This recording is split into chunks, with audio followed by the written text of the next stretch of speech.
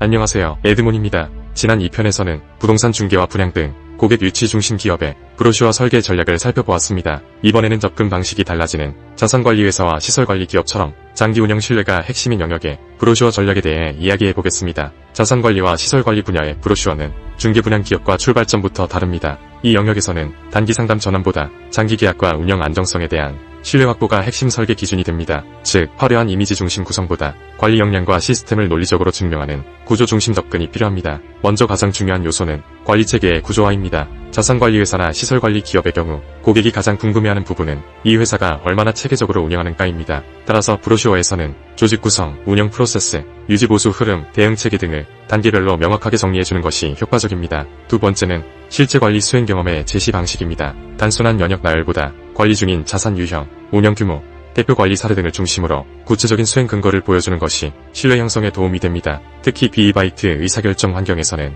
숫자와 범위가 명확히 제시될수록 브로슈어의 설득력이 높아지는 경향이 있습니다. 또 하나 주목해야 할 부분이 있습니다. 부동산 관리회사의 경우 단일 관리 업무에 머무르기보다 시설관리, 부동산 자산관리, 청소 미화 용역 등으로 사업 영역이 단계적으로 확장되는 사례가 실무에서 매우 빈번하게 나타납니다. 겉으로 보면 모두 관리 업무의 연장선처럼 보이지만 실제 서비스 범위와 계약 구조, 그리고 고객이 기대하는 핵심 가치에는 분명한 차이가 존재합니다. 예를 들어 시설관리는 설비 운영과 유지보수 체계가 중심이 되며 자산관리는 수익성과 포트폴리오 관점에 전략 운영 역량이 중요하게 평가됩니다. 또한 청소 미화 용역 영역은 현장 대응력과 운영 인력 관리 체계가 핵심 경쟁 요소로 작용합니다. 이처럼 사업 영역이 세분화될수록 브로슈어 역시 단일한 관리 속의 자료로 구성하기보다 각 서비스의 역할과 수행 범위를 명확하게 구분하여 제시하는 것이 신뢰 형성 측면에서 더욱 효과적입니다. 세 번째는 장기 파트너십 관점의 메시지 설계입니다. 자산관리와 시설관리 분야는 단발성 계약보다 장기 위탁 운영 형태가 많기 때문에 브로슈어 전반에서 안정성, 지속성, 책임 운영과 같은 브랜드 메시지가 일관되게 유지되어야 합니다.